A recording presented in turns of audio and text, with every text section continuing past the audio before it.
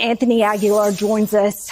Anthony, you're a retired lieutenant colonel in Special Forces. You served in Iraq and Afghanistan for over 2 decades, and you joined as a security contractor to help distribute aid in Gaza. What did you see on the ground when you were there?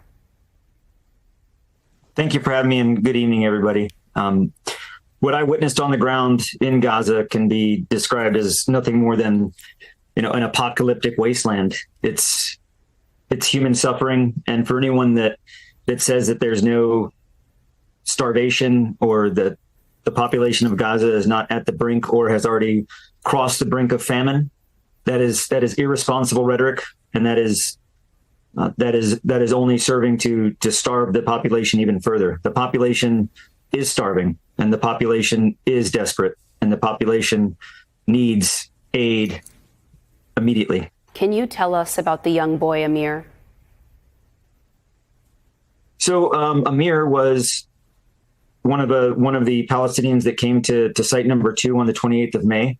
And as you can see in the pictures that were shown in the beginning, we later found out that he's 10 years old, and I have a follow up with how we learned that. But this young boy, in this photo, he looks to be, maybe 6 or 7, emaciated.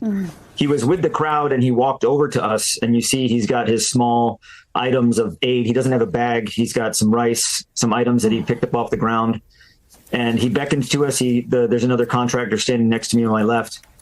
And at first we thought maybe he was hurt, or he needed assistance, or he wanted more food, which we didn't have.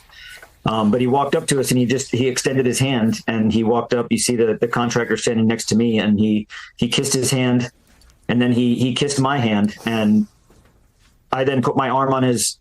I put my hand on his shoulder to comfort him, to tell him, we care about you, and the world's not going to forget, and you're not forgotten. And when you think about, he was there with no parents, he was there with no one, he was there alone, and he set down the items that he had, and he placed his hands on my face, and his hands were very frail. His fingernails were dry and cracked from the obvious malnutrition.